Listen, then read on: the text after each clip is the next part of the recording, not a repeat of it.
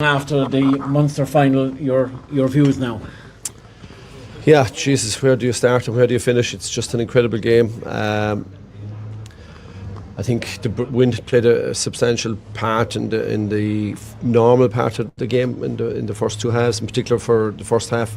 I think Cork outshot us like 24 shots to 13 in that first half. So, to come in 4 points down, I think was actually, a really positive piece of work from our lads. I think we worked hard to put pressure on the Cork shots.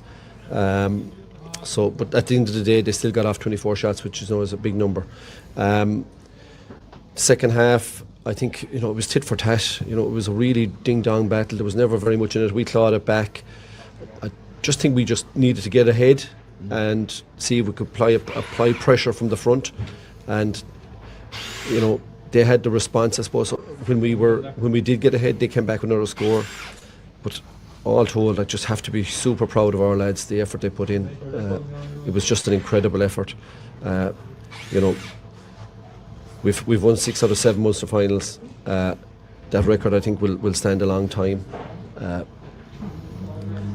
think the extra time piece. Again, we have a great record in extra time. I thought we played exceptionally well. I thought we were the better team in extra time. I think we created 14 scoring chances to their 8 in extra time. So I thought we had enough done to win the game in that extra time period, and I think Cork got a really good rub of the green there just in that last piece, and but listen, we got to penalties, and penalties are penalties. There's no dress rehearsal for this. There's no practicing for this. It's just put your best foot forward, and you're taking the shot on behalf of the group. It's not on the lads, really. And I thought Declan, Tom and Barry, manfully put their hand up to take these penalties. And as far as we're concerned, it was our Limerick senior hurling team who lost this afternoon. It wasn't nothing to do with Barry or Tom or Declan, that's for sure. It was a highly emotional game, both on the line and in the field, right from the very start. What's your view really on the refereeing of the game? I'd have to go and study the video very, very carefully, Martin, to form an accurate opinion. I don't know. Have you an opinion? What is it? Yeah, I know what you mean. Well, you've seen it. You saw the clips back. I haven't now. Yeah. So maybe you've a better idea. But I'll have to go and study it and watch it. I thought Thomas did a great job. And it was a pity that he got injured. But I thought he did a fantastic job. So we have to move on now. That's the end of the Munster Championship for us. I'm very, very happy with our performance levels right throughout the Munster Championship. We'll reset. We'll take a little breather now for the next few days, and I've no doubt the men in that dressing room will regroup, dust themselves down, and will really want to push forward now and be the very best that they can be in the remainder of this championship. Finally, John, you were magnanimous to Pat Ryan and the Cork players. I saw you after the game. In the overall, is penalties the way that a Munster final should be decided? I think everybody would agree that it's a normal play that a game should be finished, I suppose, really. But listen, these are the rules, these are the procedures, and we have to go with that. Fair play to Cork. They took the penalties when it came around. In fairness to Pat has done a fantastic job with that Cork team, and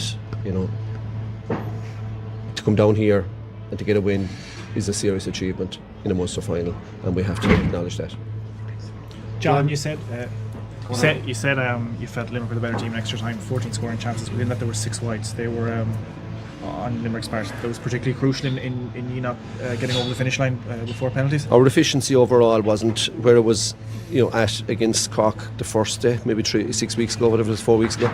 So our efficiency was just a bit down today, and we were creating great scoring opportunities, but it was a very difficult wind as well. It was a very swirly breeze. It was hard to score there today, and I think both teams found it difficult on the ball. Like as I said, Cork had 24 scoring chances, but they only ended up with 15 scores, I think, at halftime. Am I correct in saying that? 14. Yeah. 13, yeah. You know, so like their shooting efficiency was low as well. So I think both teams suffered in the efficiency stakes from the conditions and the pressure that both teams are putting on the shooter as well. You know. At the end of extra time, you said you felt Cork got the rub of the green. Was that luck, or were you referring to something else there? Well, you know, we felt that there was 3 minutes gone. You know, it's hard to find 3 minutes of added time in a 10-minute half. There was only 1 minute in the first half, so, you know, listen, as I said, we'll have to go back, watch the tape, analyse it, break it down before we formulate a concrete opinion of it. But, you know, it was a little, I suppose, difficult to understand. It's quite a unique scenario having 2 referees in the one game as well. Did that have an impact? James Owen obviously might have a different Again, style. lads, you were watching it, all right? You've got maybe the opportunity to see back clips from, you know, online or on TV, but I don't. I'll have to study it clearly, but there's no doubt it had an impact on the game. There's no doubt about that. In terms of the markers that you set for yourselves, John, did you feel like you hit them all, or were you close to them? Because obviously penalty shootouts decide the game. There's very little in it. Listen, there was nothing in it. The two teams are very, very evenly matched, and I think ultimately it came down to efficiency, really, and, you know, just a couple of pieces, very, very small pieces. But we'll have to go back and have a look and see exactly what were the major turning points. But there's no doubt that, you know, Thomas Walsh getting injured had a big impact on the game. It was obvious that Cork targeted a fast start after the last day. You obviously did the same thing. It was kind of a ferocious enough start to the game there. Yeah, but it was always going to be like that, you know. To be honest with you, I would have expected it to be even more so. I think both teams possibly, you know, didn't maybe hit the markers that they might have been hoping to hit. I think both will look back on their performance and say, listen, we could have been better. But all you can do is do your best. And I thought our boys gave absolutely everything they had in the tank, and I can, you know, only be proud of that. I think we'll regroup, we'll refresh, we'll come again. John, it's a route he haven't taken in your tenure. Obviously third in 2018 and then Munster champions, I suppose, on fourth from there, so it's a different route now you'll be taking.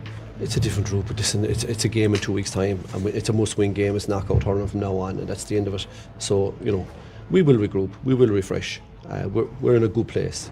We're beaten today, we're disappointed today, but that's not to say that we're not going to be able to, you know, refresh, regroup and come again. I have every faith in these guys to get back to the wheel again next week. We'll take a bit of a break, we'll refresh,